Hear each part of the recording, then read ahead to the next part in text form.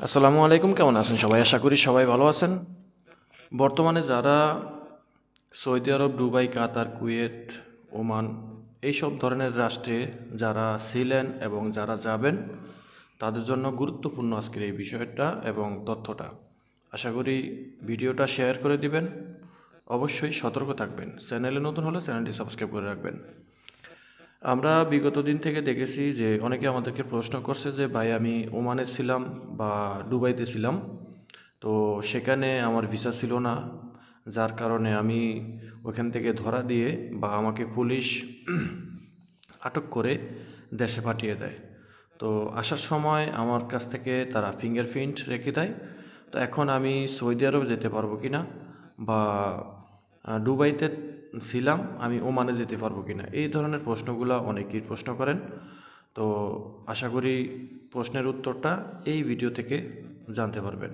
আপনি দুবাইতে যদি থেকে থাকেন বা ওমানে বা কুয়েত কিংবা কাতার, এক কথায় গালফ, জেসিসির আন্ডারে গালফ কান্ট্রিতে যদি আপনি থেকে থাকেন, আর সেখানে আপনি যদি অবৈধ বা কোনো ধরনের অকারেন্স করে থাকেন বা কোনো ধরনের অপরাধের কারণে আপনি মামলার মধ্যে থেকে থাকেন এবং সেখান থেকে পুলিশে ধরা দিয়ে বা পুলিশে আটকিয়ে আপনাকে পাঠিয়ে দিয়েছে ফিঙ্গারপ্রিন্ট রেখে, তো তারা অবশ্যই অন্যান্য দেশে যাওয়ার জন্য একবার নয় 1,00,000 বার ভাববেন। কারণ আজকেও এক ভাই ওমান ছিল, ওমান থেকে তার ভিসা ছিল না, তাকে পুলিশ আটক করে ফিঙ্গারপ্রিন্ট রেখে এই বাংলাদেশে পাঠিয়ে দেয়। ওই ব্যক্তি তার আরেক ভাইয়ের কাছ থেকে সৌদি আরবের একটা ভিসা নিয়ে সৌদি আরবে আসে। সৌদি আরবে আসার পর তাকে সৌদি এয়ারপোর্ট তাকে বাংলাদেশে রিটার্ন ব্যাক করায়, অর্থাৎ তাকে বাংলাদেশে পাঠিয়ে দেয়। কেন পাঠিয়ে দিয়েছে?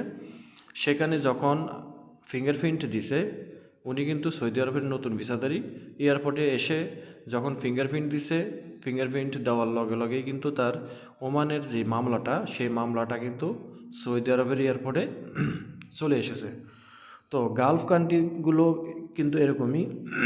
আপনি যদি দুবাইতে থেকে থাকেন বা ওমান, কাতার, কুয়েত, আরব কান্ট্রিতে যদি থেকে থাকেন, সেই সেই সকল কান্ট্রিতে যদি আপনার নামে কোনো মামলা হয়, ফৌজদারি মামলা, এখানে কিন্তু মামলা দুই ধরনের হয়। একটা হলো নর্মালি একটা মামলা, আর একটা হলো ফৌজদারি মামলা। ফৌজদারি মামলা কিন্তু খুব বিপজ্জনক। ফৌজদারি মামলা আপনার নামে যদি হয় যে কোনো দেশে, আপনি ওই দেশ থেকে মামলা নিষ্পত্তি না করে বাংলাদেশে যাওয়ার পর আপনি কোনো দেশে, গালফের কোনো দেশে আপনি যেতে পারবেন না বা আসতে পারবেন না। তো আপনি যদি সৌদি আরবে থেকে থাকেন তাহলে আপনি ওমানে যেতে পারবেন না। যদি দুবাইতে থেকে থাকেন তাহলে ফৌজদারি মামলাদারি হয়ে থাকলে আপনি সৌদি আরবে বা কুয়েত, কাতার এইসব ধরনের কান্ট্রিতে আসতে পারবেন না।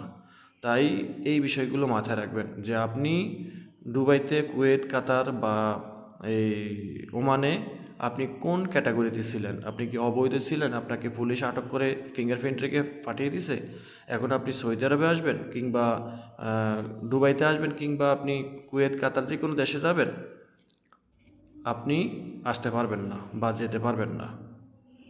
এই বিষয়গুলো মাথায় রাখবেন। তো আশা করি বুঝতে পারছেন। ভিডিওটা শেয়ার করে দিবেন অবশ্যই, যেন সকলে জানতে পারে।